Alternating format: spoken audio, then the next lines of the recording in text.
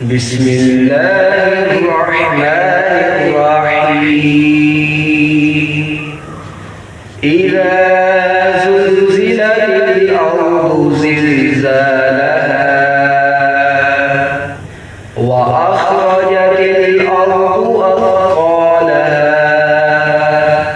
وقال الإنسان ما لها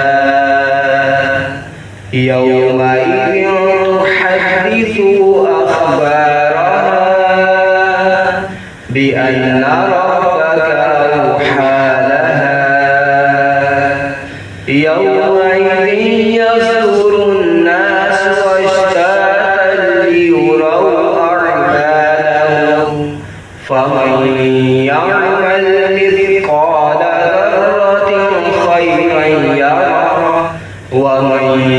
يعمل مثقال ذرة شرا يره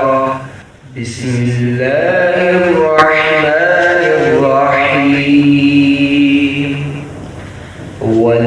والعاديات ضبحا فالموريات قدحا فالمغيرات صبحا فأثرن به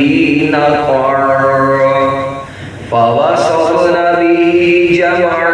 إن الإنسان لربه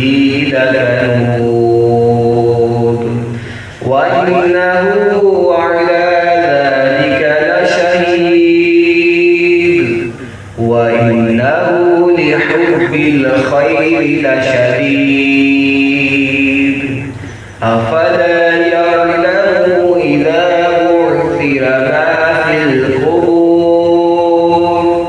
وحصل ما في الصدور إن ربهم بهم يومئذ لخبير بسم الله الرحمن الرحيم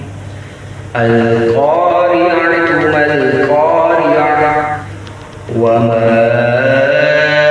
أدراك ما القارعة يوم يكون الناس كالفراش المبثوث وتكون الجبال كالعهن المنفوش فأما من ثقلت موازينه فهو في عيشة راضية وأما من خفت موازينه فأمه هاوية وما أدراك ما هي نار حامية بسم الله الرحمن الرحيم ألهاكم التكاثر حتى زرتم المقابر كلا سوف تعلمون ثم كلا سوف تعلمون كلا لو تعلمون علم اليقين لترون الجحيم ثم لترونها عين اليقين ثم لتسألن يومئذ عن النعيم